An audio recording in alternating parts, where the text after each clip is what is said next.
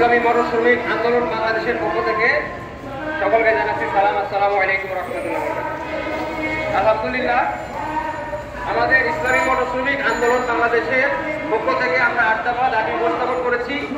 নিরাপদ সড়ক এবং মোটর শ্রমিকের অধিকার আদায়ের সাথে আমরা এই 8 দফা দাবি বাস্তবায়ন খুব দ্রুততমের মধ্যে চাই। আমাদের এই 8 দফা দাবি বাস্তবায়ন হলে নিরাপদ সড়ক হবে এবং মোটর শ্রমিকদেরও উন্নতি হবে। সেই পরিপ্রেক্ষিতে আমরা যে 8 দফা দাবি শুরু এনেছি, আপনারা এই দাবিগুলো নিয়ে আমাদের সুন্দরভাবে একটা দিক নির্দেশনা দিবেন এবং এই দাবিগুলো অনভিযোগের মধ্যে আমাদের বাস্তবায়ন করে দিবেন। অন্তর্বর্তী সরকারের নিকট আমরা এই দাবি এবং প্রত্যাশা রাখছি। আমাদের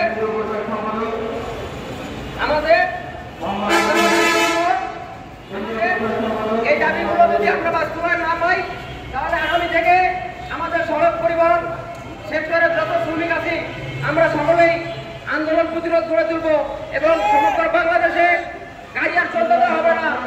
আমাদের কোনো বড় শ্রমিক ইচ্ছাপূর্বক জোরপূর্বক ভাবে গাড়ি চালায় না, কিন্তু আমাদের করে দুঃখ চাপানো হয়।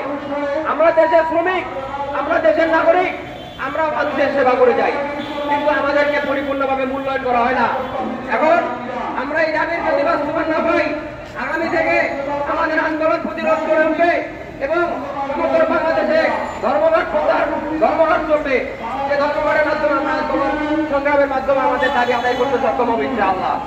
সেই পরিপ্রেক্ষিতে আমাদের দাবি সমূহ আপনাদের সামনে উপস্থিত করতেছি। অন্তর্বর্তী সরকার অবশ্যই আমাদের এই দাবিগুলো বাস্তবায়ন করার জন্য পদক্ষেপ নেবেন। আমাদের 1 নম্বর দাবি, বাংলাদেশের প্রতিটি সড়ক সকল প্রকার চাঁদা বন্ধ করতে হবে।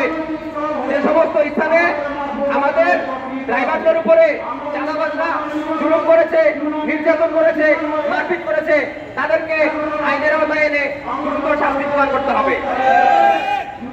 রাস্তায় যে কোনো প্রকার দুর্ঘটনা হলে কোনোভাবেই গাড়ি ভাঙচুর এবং মোটর শ্রমিক স্টাফদের উপরে কোনোভাবে কেউ মারপিট করতে পারবে না। আইন কেউ নিজের হাতে তুলে নিতে পারবে না। এই আইন যদি কেউ নিজের হাতে তুলে নেয়, আমরা তাদের বিরুদ্ধে কঠোর ব্যবস্থা গ্রহণ করবো। মহাসড়কে ফিটনেসবিহীন গাড়ি এবং অবৈধ যান চলাচল বন্ধের জন্য দ্রুততম পদক্ষেপ নিতে হবে। এখনো পর্যন্ত আমরা লক্ষ্য করতেছি অবৈধ যান চলাচল বন্ধ করতে সরকার ব্যর্থ হয়েছে। এখনো আমাদের অবৈধ যান চলাচলের কারণে যে দুর্ঘটনাগুলো সৃষ্টি হচ্ছে, আমাদের সড়ক পরিবহন ড্রাইভারদের উপরে এই মামলাগুলো বর্তাইতেছে। অতএব অনবিলম্বে এই অটো সিএনজি মহাসড়ক থেকে বিচ্ছেদ করে দিতে হবে। যানজট নিরসনের জন্য চাঁদাবাজ সন্ত্রাসরা রাস্তার উপরে দোকান বসিয়ে দিয়েছে, তারা চাঁদা আদায় করতেছে। এই ধরনের অমানবিক এই রাস্তার মধ্যে কাজ চলতেছে, এগুলো দ্রুততমের মধ্যে সংস্কার করে এই ধরনের অপরাধীদেরকে বিচারের আওতায় আনতে হবে। এবং সর্বশেষ আমাদের সড়কের যে ফুটপাথ গুলো আছে, ফুটপাথের বাইরে যে দোকানগুলো বসতেছে, এই দোকানগুলো তারা চাঁদা নিয়ে দোকানগুলো বসিয়ে দিয়েছে।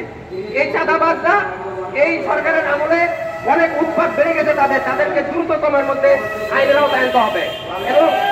এবং এই ধরনের রাস্তা আমাদের অবরোধ করার কারণে সড়ক পরিবহন চালকরা গাড়ি চালাইতে অনেক কষ্ট বোধ করতেছে এবং সাধারণ মানুষ নির্যাতনের শিকার হচ্ছে, যানজটের সৃষ্টি হচ্ছে। অনেকের রাষ্ট্রীয় কাজের জন্য যারা বের হচ্ছে, তাদের অফিস আদালতের সময় বিগতি করতেছে। অতএব আমাদের রাস্তাকে নিরাপদ করার জন্য আমাদের এই চাঁদাবাজদেরকে নিধন করতে হবে। জনসাধারণ যাত্রী পরিবহন ও মালামাল রক্ষার্থে আমাদের প্রশাসন খুব একটা তৎপরতা দেখা যাচ্ছে না। সেক্ষেত্রে আমরা বলতে চাই, বাংলাদেশ সড়ক পরিবহন সেক্টরের যে ধরনের যে সমস্ত রোডগুলোতে পরিবহন চলে, ট্রাক চলে, এই পরিবহন সেক্টরগুলোতে বেশি দুর্নীতি হচ্ছে, চাঁদাবাজি হচ্ছে।